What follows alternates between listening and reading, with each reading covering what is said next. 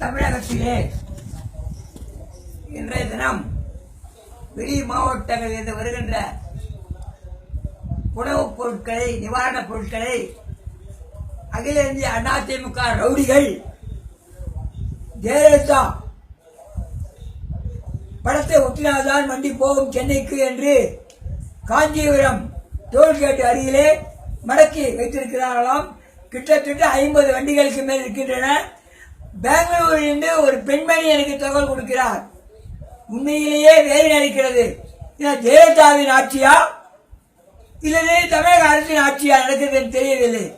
ரவுடிகளுக்கு எல்லாம் ஊக்கம் கொடுக்கிற ஜெயலலிதாவே, உன்னை பழிவாங்க புறப்பட்டு விட்டான் ஆண்டவன். ஒழுங்காக இருக்க சொல்லும் அதிக ஆட்களை, இல்லை என்றால் புறப்பட்டு விடுவான். டிராபிக் ராமசாமி காஞ்சிபுரம் அருகிலே, டோல்கேட்டுக்கு அருகிலே. உங்கள் அனைவரையும் எந்த செய்வார்களே தெரியாது.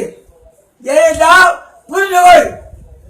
உங்கள் உறுப்பினர்களை அடக்கவில்லை என்றால் மக்கள் உங்களை அடக்கி விடுவார்கள். என்ன உங்களுடைய படகு ஒன்றா வண்டி ஓடுமா ரோட்ல நிவாரண பணி? வெக்கமா இல்லை உனக்கு? நீ முதலமைச்சர், நாட்டோடு வெளியே ஓடு அழுவு கட்டுவாங்க. என்ன கேட்கல மனசில்? தமிழ்நாட்டு ஆட்சியை எழுதி உணவு பொருள் கொடுக்குறான். பெங்களூர் அனுப்புறான்னா அவனை மடக்கலையா நீ? உங்க ஆளுநர் வச்சு வெக்கமா இல்லை உனக்கு? உடனடியாக 60 நேரம் தேவை உனக்கு. இதெல்லாம் கோபாலத்தை பண்ணு கையில பண்ணுவேன். காவல்துறை அதிகாரிகளே புரிந்து கொள்ளுங்கள். இன்னும் 1/2 மணி நேரத்தில் ராமசாமி சென்னையில் கிளம்பிடுவான். எந்த டோல்கேட்டில் அதிமுக கொள்ளடிக்கிறார்களோ அவளை மனக்கொள்ளைக்கு கிளம்பி விட்டான் என்பதை புரிந்து கொள்ளுங்கள். உடனடியாக அந்த மகன்களை அனுப்ப வேண்டும். உணவு பொருள் மக்கள் அவதிப்படுகிறார்கள். சைதாப்பேட்டை, ஜாகர்பேட்டை எல்லாம் காலையில பார்த்து வந்திருக்கேன். வெக்கம் கட்டு அதிமுக தொண்டர்களே, அறிவில்லா அவளுக்கு இங்க பிச்சை போகியா?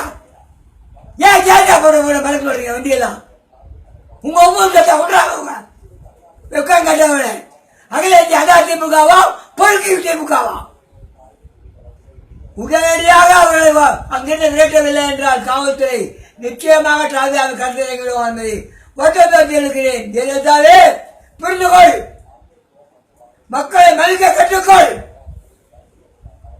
உங்களுடைய உறுப்பினர்களை அடக்கி வை.